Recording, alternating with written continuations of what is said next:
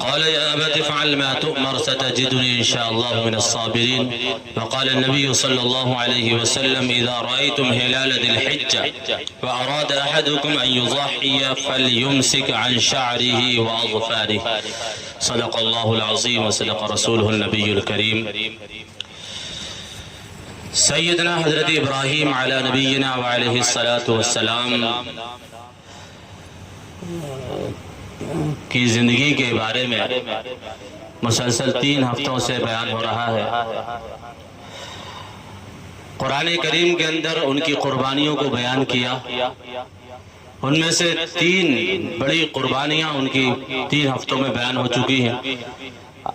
حضرت ابراہیم علیہ السلام کی زندگی کا یہ چوتھا امتحان ہے اور آج کا یہ آخری امتحان بیان کیا جائے گا.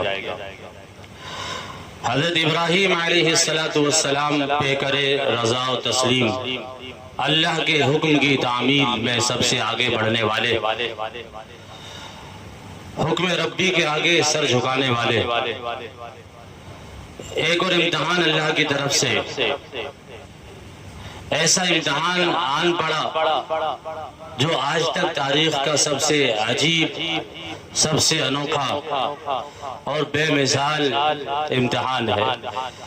دنیا کی تاریخ قاصر ہے ایسا فقید المثال واقعہ بیان کرنے سے.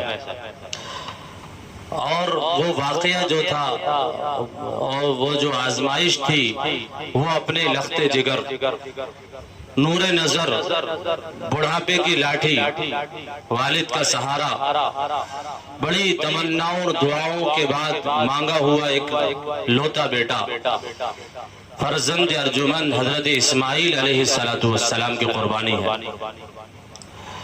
یقیناً یہ بہت بڑا امتحان تھا. اس امتحان کو اللہ تعالیٰ قرآن کریم کے اندر بیان فرماتے ہیں. فلما بلغ معه السعي قال يا بني إني أرى في المنام أني أذبحك فانظر ماذا ترى. قال يا أبت افعل ما تؤمر ستجدني إن شاء الله من الصابرين. فلما أسلم وتله للجبين وناديناه أن يا إبراهيم قد صدقت الرؤيا إنا كذلك نجزي المحسنين وفديناه بذبح عظيم وتركنا عليه في الآخرين سلام على إبراهيم. فرمایا کہ جب بیٹا اس قابل ہو گیا، فلما بلغ معه السعي، کہ وہ باپ کا سہارا بنے. مفسرین نے لکھا ہے اس وقت ان کی عمر اسماعیل علیہ السلام کی 13 سال تھی. بعض روایت میں 9 سال بھی کہا. 13 سال کی عمر، کم سن لڑکا، جوان العمر، جو جوانی کی دہلیز پر قدم رکھ رہا ہے، لیکن یقیناً اتنا بڑا لڑکا اس قابل ہو گیا کہ وہ باپ کا سہارا بنا اور باپ کے کاموں میں ہاتھ بٹائے. سایہ کے معنی ہاتھ بٹانا، کوشش میں ان کا ساتھ دینا. باپ جو کوشش کر رہے ہیں معہ السعی فرمایا، ان کی جو بھی کوشش ہو، جو بھی کام ہو، اس کے اندر ہاتھ بٹانے والا اس قابل ہو گیا. فلما بلغ معہ السعی، تو اللہ تعالیٰ کی طرف سے امتحان آیا. کیا آیا؟ قال يا بني إني أرى في المنام أني أذبحك فانظر ماذا ترى. 3 رات مسلسل جب حضرت ابراہیم علیہ السلام نے خواب دیکھا، خواب یہ دیکھا کہ وہ اپنے فرزند ارجمند حضرت اسماعیل کو اپنے ہاتھ سے ذبح کر رہے ہیں. اور انبیاء علیہ السلام کے خواب رؤیا صادقہ وحی الہی ہوتے ہیں. یعنی رؤیا صادقہ کہتے ہیں سچے خواب ہوتے ہیں، اور وحی الہی ہوتے ہیں یعنی وہ گویا اللہ کی وحی مانے جاتے ہیں. وہ بھی ایسا ہے جیسا کہ جبریل وحی لے کر آئے ہوں. یہ درجہ ہوتا ہے انبیاء علیہ السلام کے خواب کا. اب خواب دیکھا انہوں نے 3 رات مسلسل. اس کے بعد انہوں نے اپنے بیٹے سے کہا قال یا بنی انی اری فی المنام، اے میرے بیٹے، یا بنیا، اے میرے پیارے بیٹے. یہ عربی ہے جس کے اندر انگلش کے اندر تو اس کا ترجمہ ہو ہی نہیں سکتا. ڈیئر مائی سن اور کہہ سکتے ہیں اپن، لیکن صحیح ہے کہ عربی کے جو اندر جو جامعیت ہے وہ اپن اردو میں کیا بیان کریں. اے میرے پیارے بیٹے، اے میرے چھوٹے سے ننھے سے مننے سے بیٹے. قال یا بنیا انی ارا، میں دیکھ رہا ہوں فی المنام خواب کے اندر یہ چیز انی اذبحک کہ میں تم کو ذبح کر رہا ہوں، فانظر ماذا ترى تو اس میں تم غور کرو تمہاری کیا رائے ہو سکتی ہے، اس میں تمہاری کیا رائے ہے، فانظر تم دیکھ لو غور کر لو، ماذا ترى کہ اس میں تمہاری کیا رائے ہے۔ حضرت اسماعیل علیہ السلام بھی سمجھتے ہیں کہ ابا حضور نبی ہے اور نبیوں کے خواب رؤیا صادقہ وحی الہی ہوتے ہیں۔ وہ مکتب کی کرامت تھی، شاعر کہتا ہے کہ سکھائے کس نے آداب اسماعیل کو آداب فرزندی، وہ تھا کیا کہ اسماعیل علیہ السلام چھوٹے سے بچے ابھی تو اتنے باشعور بھی نہیں ہوئے ہو، لیکن کیا جواب دیتے ہیں اپنے والد کو۔ جیسے ہی والد نے کہا کہ میں تم کو ذبح کر رہا ہوں خواب کے اندر، سمجھ گئے کہ خواب سچا ہے، سچے ہی ہوتے ہیں ہم نبیوں کے خواب۔ یہ نہیں کہا کہ میں والد مجھے اتنا موقع دو میں والدہ سے مشورہ کر لوں، اپنی والدہ کو بتا دوں، یا تھوڑی سی مجھے مہلت دے دیں۔ آپ کا حکم سر آنکھوں پر کوئی نہیں، کچھ نہیں۔ فی المنام انی اذبحک فانظر ماذا ترى قال یا ابت افعل ما تؤمر، کہا کہ اے میرے ابا حضور، یا ابتی، یہ بھی ایک تو ہوتا ہے والد، لیکن یا ابتی کہے ابن باپ، ابتی کہے جائے تو اس کے اندر بہت ہی پیار جھلکتا ہے۔ یا ابتی، اے میرے ابا حضور، افعل ما تؤمر، آپ کر گزریے اس کام کو جس کام کا اللہ آپ کو حکم دیا جا رہا ہے، ما تؤمر، آپ کر گزریے اس کام کو۔ ستجدنی انشاءاللہ من الصابرین، آپ مجھے انشاءاللہ صبر کرنے والوں میں سے پائیں گے۔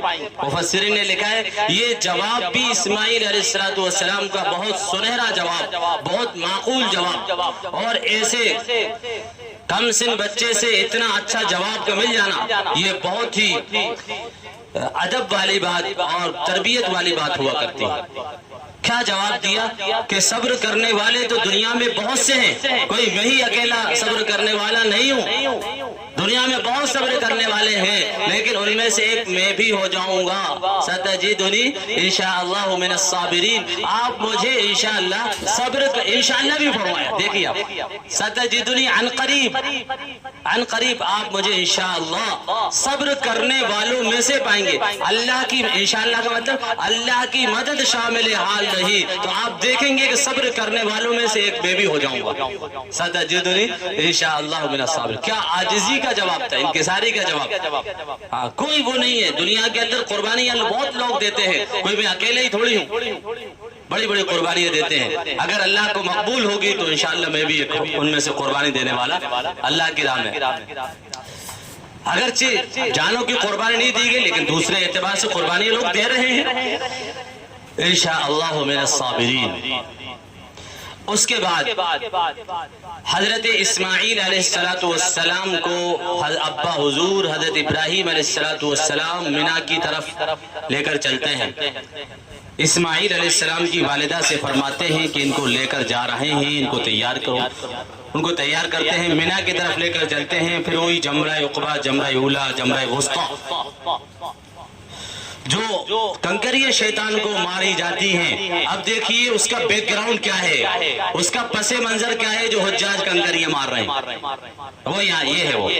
اب جب ان کو لے کر چلتے ہیں تو راستے میں شیطان دونوں باپ بیٹے کا تعاقب کرتا ہے، یعنی پیچھا کرتا ہے، تعاقب کرتا ہے، کہتا ہے بڑے بزرگ بن کے ہم درد غم خوار کی شکل میں اور بزرگ کی شکل میں آتا ہے تو کہتا ہے رکو رکو رکو، کہاں جا رہے ہیں؟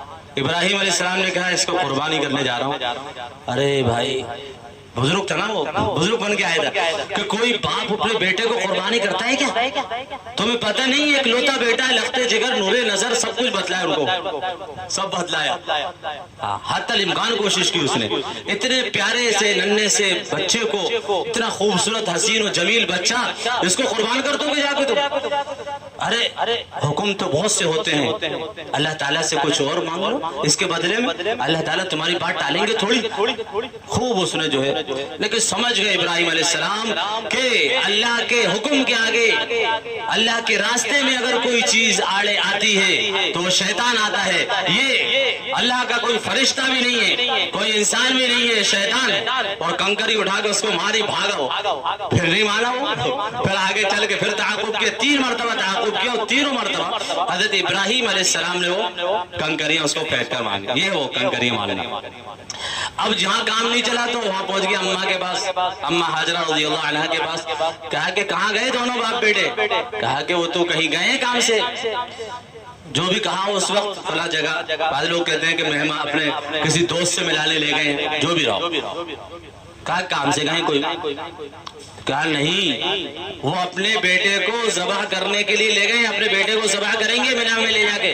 کہا کہ کوئی باپ اپنے بیٹے کو ذبح کرتا ہے؟ صاحب کیسی بات کر رہا ہوں، ابا بزرگ ایسی بات کرتے ہیں کہیں؟ کوئی باپ اپنے بیٹے کو ذبح کرتا ہے؟ کہا کہ ہاں تمہیں نہیں معلوم. وہ سمجھ رہا تھا میرا کام بن گیا، عورت ہے ذات ہے، یہ عورت ذات ہے. ہاں تمہیں نہیں معلوم، وہ اپنے بیٹے کو قربان کرنے کے لیے لے گئے، اور یہ کہتے ہیں کہ مجھے اللہ کا حکم ہوا ہے. بس شیطان نے سچ بول دیا.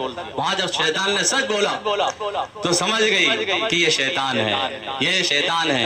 اللہ کے حکم کے آڑے اگر کوئی چیز آتی ہے شیطان آتا ہے. کہا کہ بھاگ جا شیطان مردود، اگر اللہ کا حکم ہے تو انہیں پورا کرنا چاہیے، پورا کرنا چاہیے. یہ تھی عورتیں. اب بنا پہنچے ہیں، قرآن آگے کہہ رہا ہے فَلَمَّا أَسْلَمَا وَتَلَّهُ لِلْجَبِينِ، پیشانی کے بل دونوں نے سر تسلیم خم کر دیا اور اسماعیل کو پیشانی کے بل لٹا دیا. سعادت مند بیٹا جھک گیا فرمان باری پر، زمین و آسماں حیراں تھے طاعت شعاری پر. زمین سہمی پڑی تھی، آسماں ساکن تھا بیچارہ، نشتے پیش کر دیکھا تھا حیرت کا یہ نظارہ. بہت آسان ہے انسان چھوڑ دے سب مال و زر اپنا، بہت آسان ہے انسان چھوڑ دے تخت سلیمانی. یہ سب آسان سے آسان تر ہے جان من، لیکن بہت مشکل ہے اپنے ہاتھ سے بیٹے کی قربانی. لیٹ گئے اسماعیل علیہ السلام اور چھری چلانا شروع کی. فلما اسلم وتلہ للجبین، ابا حضور شاید محبت پدری غالب آ رہی ہے، ہاں مجھے الٹا کر دیجئے تاکہ میرا چہرہ آپ کے سامنے نہ ہو. الٹا بھی کر دیا، چہرہ سامنے نہ آئے، لیکن چھری چلنے کا نام نہیں لیتی. اسماعیل علیہ السلام کہتے ہیں ابا حضور چھری کو تیز کر کے ایک دم چلائی، شاید محبت پدری یعنی باپ کی محبت آڑے آ رہی ہے. حضرت اسماعیل ابراہیم علیہ السلام چھری کو تیز کرتے ہیں اور جیسی حلقوم اسماعیل کے گلے پر رکھ کر چلاتے ہیں، ادھر سے جبریل علیہ السلام زور سے کہتے ہیں اللہ اکبر اللہ اکبر، کہیں ایسا نہ ہو اسماعیل کا گلا کٹ جائے. ابراہیم علیہ السلام دیکھتے ہیں اوپر کہ جبریل علیہ السلام دمبا لے کر آ گئے، لا الہ الا اللہ واللہ اکبر. اسماعیل علیہ السلام دیکھتے ہیں کہ وہ چھری بجائے اسماعیل کے چلنے کے دمبے پر چلی ہے اور دمبا قربان ہوا. کہتے ہیں اللہ اکبر وللہ الحمد. اسماعیل علیہ السلام کہتے ہیں اس طرح یہ قربانی اگرچہ اسماعیل علیہ السلام کی نہیں ہوئی، لیکن اللہ تعالیٰ نے قیامت تک کے لیے فرما دیا کہ باپ اپنے بیٹے کی قربانی کر دی. کیوں کر دی؟ اس لیے کہ انہوں نے کوئی کسر نہیں چھوڑی تھی. انہوں نے اپنی بساط اور اپنی ہمت اور سب کچھ لگا کر بیٹے کو قربان کرنے میں کوئی کسر نہیں چھوڑی تھی. اللہ تعالیٰ نے ان کی قربانی کو قبول کر لیا. وَفَدَيْنَاهُ بِذِبْحٍ عَظِيمٍ قَدْ صَدَّقْ وَنَادَيْنَاهُ أَن يَا إِبْرَاهِيمُ. اللہ کی طرف سے آواز ہے اے ابراہیم تم نے اپنا خواب سچا کر دیا، یعنی تم نے خواب کے اندر جو دیکھا تھا کہ بیٹے کو قربان کر رہا ہوں ذبح کر رہا ہوں وہ سچا خواب تھا، تم نے اپنے بیٹے کو گویا ذبح کر دیا. ہم نے وہی ثواب ہم نے جو ہے وہ قیامت تک کے لیے جاری کر دیا اور تمہارے حصے میں بھی وہی ثواب لکھ دیا. اس سنت کو قیامت تک کے لیے جاری کر دیا. قد صدقت الرؤیا انا كذلك نجزي المحسنين. اور ہم نیکوکاروں کو اسی طرح بدلہ دیتے ہیں جو پوری کوشش کر کے اللہ کے حکم کو پورا کرتے ہیں، ہم ان کو ایسے ہی بدلہ دیتے ہیں. بیٹا ذبح بھی نہیں ہوا اور اللہ تعالیٰ نے قبول بھی کر لی بیٹی کی قربانی.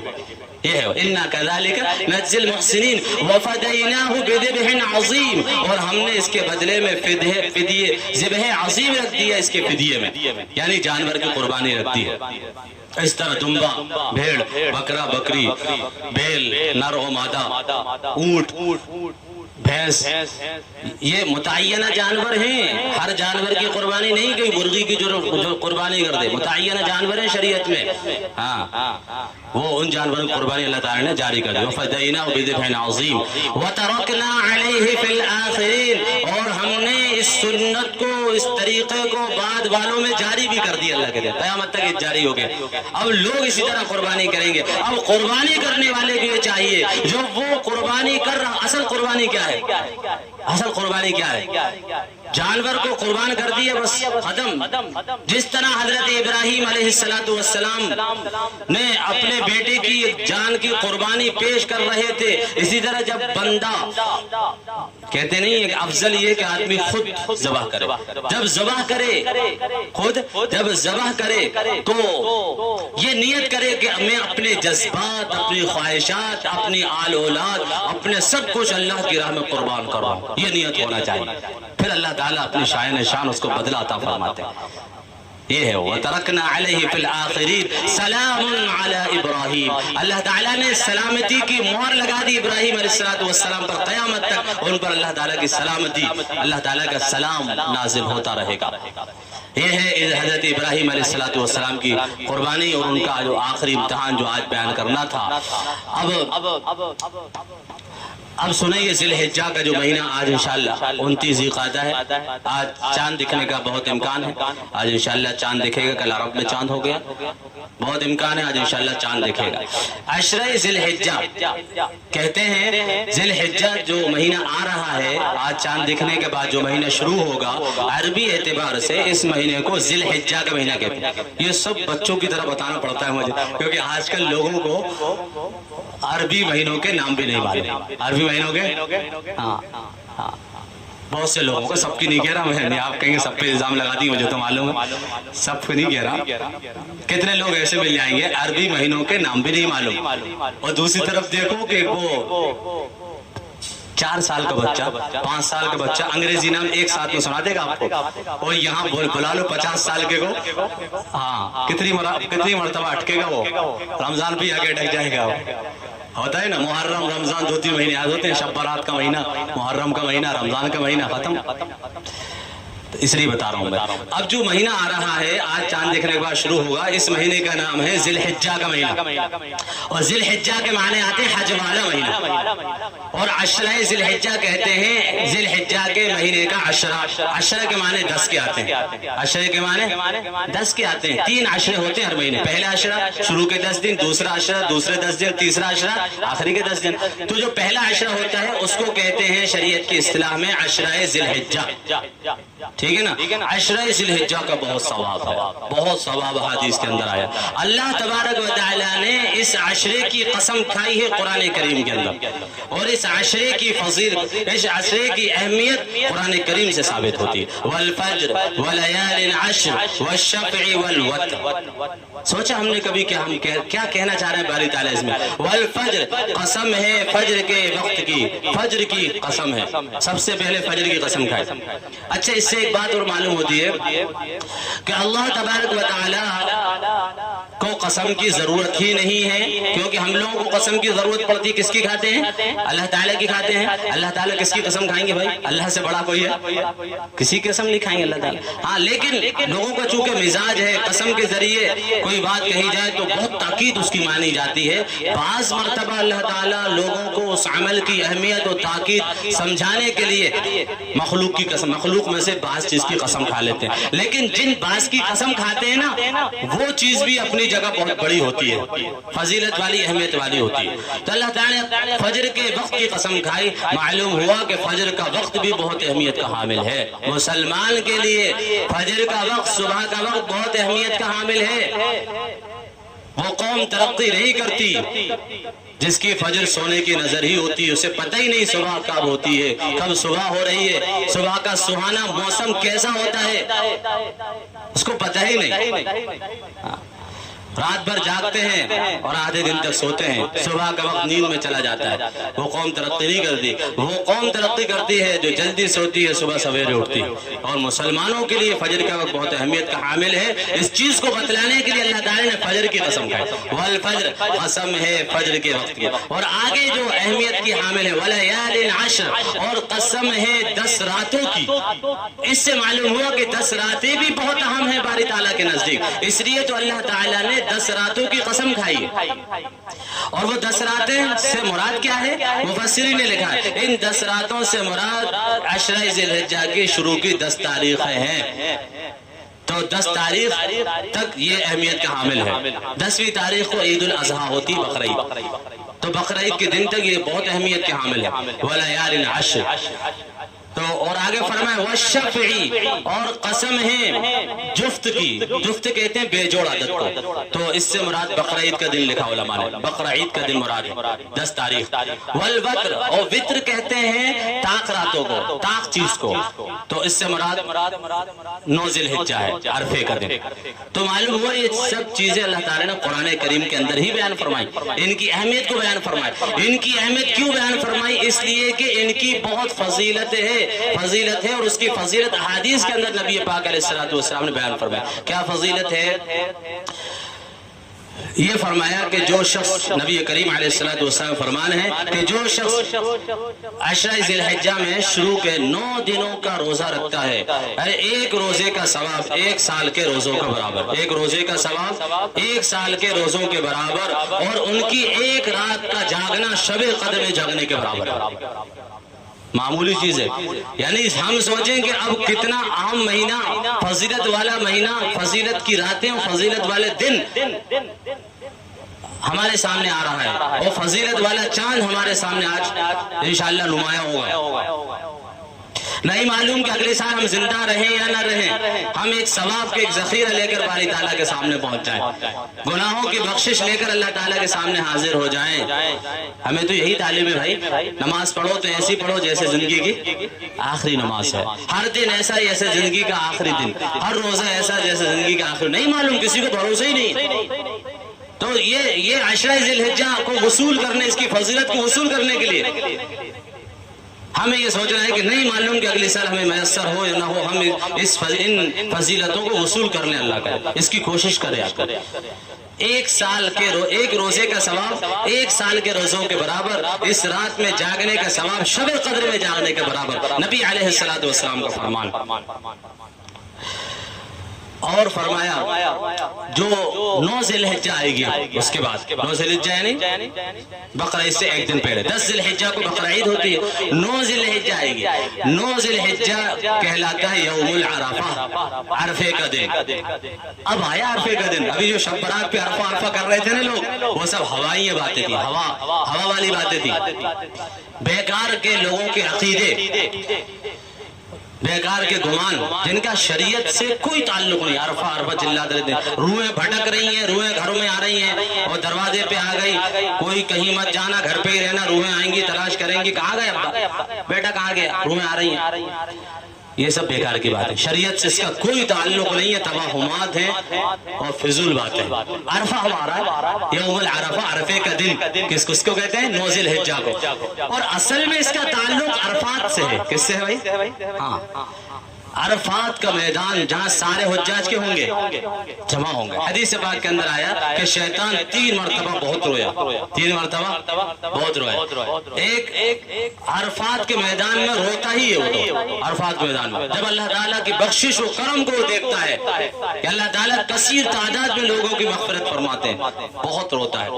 ایک مرتبہ جب بہت رویا جب نبی کریم علیہ السلام کی ولادت ہوئی، میں نے اس میں بتایا تھا سیرت النبی میں، ربیع الاول۔ ایک مرتبہ جب رویا جب نبی علیہ السلام دنیا کے اندر تشریف لائے، اور تیسرا جب رویا جب آیت الکرسی نازل ہوئی۔ تو 3 چیزیں بہت اہم ہیں، اس کا مطلب ہے شیطان ہی رو رہا ہے کہ اب یہ جو ہے سارا ثواب لے گئے، میری محنت بیکار ہو گئی۔ تو عرفات کا میدان اہمیت کا حامل ہوتا ہے، لیکن اللہ تعالیٰ نے محروم نہیں کیا۔ جو لوگ حج کرنے نہیں گئے اپنے اپنے مقام پر، اس دن کیا کریں؟ اس دن روزہ رکھیں، اس دن روزے کا ثواب بھی بہت بڑھا دیا۔ فرمایا جو شخص، نبی کریم علیہ السلام کا ارشاد ہے، جو شخص روزہ رکھتا ہے عرفے کے دن 9 ذی الحجہ کو، اللہ تعالیٰ، نبی علیہ السلام فرماتے ہیں، میں اللہ تعالیٰ سے امید کرتا ہوں کہ اللہ تعالیٰ اس کے 1 سال کے پچھلے گناہ اور 1 سال کے اگلے گناہ اس کے معاف فرما دے۔ یہ عرفے کے دن کے روزے کا ثواب۔ اور اس کے بعد آئے گا 10 ذی الحجہ. 10 ذی الحجہ عید کے دن ہمیں کیا کرنا ہے، اس کی کیا فضیلتیں ہیں اور کیا مسائل ہیں قربانی کی، وہ انشاءاللہ اگلے ہفتے بیان ہوں گے. اب سنیں ایک چیز، یہ حدیث پاک کے اندر 10 ذی الحجہ سے متعلق ایک بات ہو رہی ہے. اذا رأيتم هلال ذی الحجہ واراد احدکم ان یضحی فلیمسک عن شعره واظفاره. جب تم میں سے کوئی ذی الحجہ کا چاند دیکھے، جب تم میں سے کوئی ذی الحجہ کا چاند دیکھے، واراد احدکم ان یضحی، اور وہ قربانی کرنے کا ارادہ رکھتا ہو، یعنی اس کو قربانی کرنا ہو، تو اس کو چاہیے فلیمسک عن شعره واظفاره، وہ اپنے بال اور ناخن کو کاٹنے سے روکے رکھے. یہ لوگ بہت پوچھتے ہیں سوال کہ کیا چکر ہے اس کا، کیا معاملہ ہے، تو اس کا معاملہ ہے یہ مستحب ہے. کیا ہے بھئی؟ یہ مستحب ہے کہ جو قربانی کرے، جس کے نام سے قربانی ہونا ہے، وہ ناخن اور بال نہ کاٹے. یہ مستحب ہے اس کے لیے، لیکن فرض نہیں ہے، واجب نہیں ہے، سنت نہیں ہے. اگر کوئی نہیں کر رہا ہے ایسا تو مطلب یہ ہے کہ اس پر کوئی لعنت و ملامت نہیں ہے. یہ مستحب کا مطلب ہوتا ہے. جو چیز مستحب ہے اس کو مستحب کے درجے میں رکھا جائے، جو چیز فرض ہے اس کو فرض کے درجے میں رکھا جائے. یہی شریعت ہے نا، ورنہ غلو کہلاتا ہے. یہ مستحب ہے، ثواب ملے گا، بہت اچھی بات ہے. جو قربانی کرنے کے ارادہ ہو بال و ناخن ہاتھ سے نہ کاٹیں. جو عورتیں ہیں وہ بھی جو ہے ناخن وغیرہ کاٹتی ہیں، وہ بھی اس طرح دھیان رکھیں. اور اس کے بعد 9 ذی الحجہ عرفے کے دن کی فجر سے، آخری مسئلہ بیان کر رہا ہوں، 9 ذی الحجہ عشرے کے دن کی، عرفے کا دن جو ہوتا ہے 9 ذی الحجہ کی فجر سے 13 ذی الحجہ کی عصر تک تکبیر تشریق پڑھنا ہے. تکبیر تشریق ہے اللہ اکبر اللہ اکبر لا الہ الا اللہ واللہ اکبر اللہ اکبر وللہ الحمد. ہر مرد کو، عورت کو، مسافر کو، مقیم کو، منفرد کو، جماعت سے نماز پڑھنے والے کو. اب اس کے اندر جو ہے، جو مقیم ہے، جو مقیم یعنی جو سفر میں نہیں ہے، گھر پر ہے، اپنے مقام پر ہے، اسے کیا کہتے ہیں؟ مقیم. جو مقیم ہے اور جو جماعت سے نماز پڑھ رہا ہے اور مرد ہے، ان 3 لوگوں پر تو واجب کا واجب ہے، ضروری ہے پڑھنا. نہیں پڑھیں گے تو گنہگار ہوں گے. باقی بچے مسافر، عورت اور منفرد، یعنی اکیلے نماز پڑھنا، ان پر واجب نہیں ہے. لیکن چونکہ بعض علماء ان پر بھی کہتے ہیں کہ واجب ہے، اس لیے اب علماء نے پورا خلاصہ یہ لکھا کہ احتیاط اسی میں ہے کہ وہ مرد ہو یا عورت ہو، مقیم ہو یا مسافر ہو، منفرد ہو یا نماز جماعت سے پڑھنے والا ہو، سب کو یہ ہر نماز، فرض نماز کے بعد تکبیرات تشریق پڑھنا چاہیے. البتہ مرد بآواز بلند پڑھیں گے اور عورتیں آہستہ آواز سے پڑھیں گی، آواز کو بلند نہیں کریں گی. اب مردوں کو تو چونکہ یاد رہتا ہے، پورے مجمع میں سے ایک کوئی بھی پڑھ لے سب کو یاد رہ جاتا ہے. ضرور نہیں امام کو یاد رہے، امام پڑھے یا نہ پڑھے، کوئی بھی ایک سب کو پڑھتے، امام پر تھوڑی سب کے بارے، تو کوئی بھی ایک پڑھ لے گا تو وہ سب پڑھنے لگتے ہیں. لیکن عورتوں کا معاملہ جو ہے، پہلی بات تو عورتوں کو پتہ ہی نہیں کیا تکبیر تشریق کچھ ہوتی ہے. آپ پوچھ لیں عورتوں سے جا کے، کتنی عورتیں ایسے نکلیں گی انہیں معلوم ہی نہیں تکبیر تشریق کیا چیز ہے اور کیا پڑھنا چاہیے. پوچھو جا کے، ہمیں تو نہیں معلوم، ہمیں تو آج تک کسی نے بتایا ہی نہیں. یہی تو کمی ہے تعلیم کی.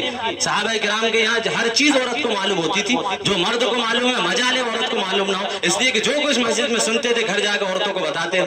آج ہم جو کچھ سنتے ہیں کیونکہ عمل کرنا نہیں ہے، کان سنتے دوسرے کان سے نکالتے تھے، گھر کیا بتائیں گے. وہاں تو خود بھی عمل کرنا تھا اور عمل کرانا تھا، ذمہ داری تھی اپنی بھی گھر والوں کی بھی. اس کو ذمہ داری سمجھتے تھے، جو چیز سنتے تھے وہ گھر والوں کو بتاتے تھے، عورتوں کو جاگو. جتنا دین مردوں کی زندگی میں اتنا دین عورتوں کی زندگی میں ہر عورت کو معلوم تھا. اس لیے آج یہ یاد کر لیں انشاءاللہ، آج سے جو کچھ ہمیں بات سمجھ میں آئی، جو کچھ سنا، اس میں سے کچھ نہ کچھ جو جتنی یاد رہ جائے اپنی مستورات کو بتایا کریں اور تکبیر تشریق کے بارے میں بتائیں. اب عورتوں کو چونکہ وہ اکیلی نماز پڑھی، ان کو یاد نہیں رہی کبھی، تو اس کا آسان طریقہ کسی کاغذ وغیرہ میں لکھ کے سامنے کہیں چپکا لیں تاکہ نماز کے بعد ان کو آسانی سے یاد آ جائے. ایسا کر سکتے ہیں یاد کرنے کے لیے. اللہ تعالیٰ عمل کی توفیق نصیب فرمائے. آخری بات یہ ہے، اب بقرعید میں جو ہم لوگ کھالے کرتے ہیں، مولانا عمر فاروق صاحب یہاں پر ہیں، دارالعلوم تاج المساجد سے، بہت اچھا انتظام ہم لوگ ہر سال لوگوں کی سہولت کے لیے، تمام محلے والوں کی سہولت کے لیے کرتے ہیں کہ وہاں گاڑی کھڑی کرتے ہیں باہر. ہم لوگ اصل نگر نگم کی طرف سے بار بار تاکید کی جاتی ہے اور یہ ہمارا اسلامی فریضہ بھی ہے، صاف صفائی، بالکل صاف صفائی. ہم لوگ جو ہے دین کو بدنام کرنے والے نہ بنے. کوئی داغ دھبکا مسلمانوں پہ آئے، ہمارے دین پر آئے، ہم اس کو برداشت نہیں کریں گے. اس کے لیے ہمیں صحیح طریقہ اختیار کرنا ہے، صاف صفائی کا بہت اہتمام کرنا ہے. اس کے لیے گندگی نہ ہو. ایک گاڑی صبح سے لے کر عشاء تک کھڑی کر دیتے ہیں، بالکل اپنی کھالیں گاڑی کو اس میں لا کر رکھیں اور پھر رات کو اس کو ہم تاج المساجد پہنچا دیتے ہیں. ہم لوگ وہاں تاج المساجد میں خالی ہو جاتی. تینوں دن یہ انتظامات رہتے ہیں اور اچھا بس میں خرچہ بھی آتا ہے، مدرسے والوں کو بھی زیادہ فائدہ نہیں ہوتا کھالوں سے، کھالوں قیمتیں گر چکی ہیں، اس لیے کم سے کم اپنا اخلاقی فریضہ ہے کہ ہم ایک کھال کے ساتھ کچھ نہ کچھ پیسے دیں جو ہماری کھال وہاں تک پہنچانا، 100 روپے 200 روپے اپنی حیثیت کے حساب سے دیں۔ یہاں پر ایک ساتھی بیٹھ رہے تھے، ان کو دیں وہ پیسے، تاکہ جو ہے یہاں پر جو خرچہ آئے گا ان کا اس میں وہ بھی ہو جائے، کچھ نہ کچھ مدرسے کا تعاون بھی ہو۔ اللہ تعالیٰ عمل کی توفیق عطا فرمائے۔ وآخر دعوانا الحمدللہ۔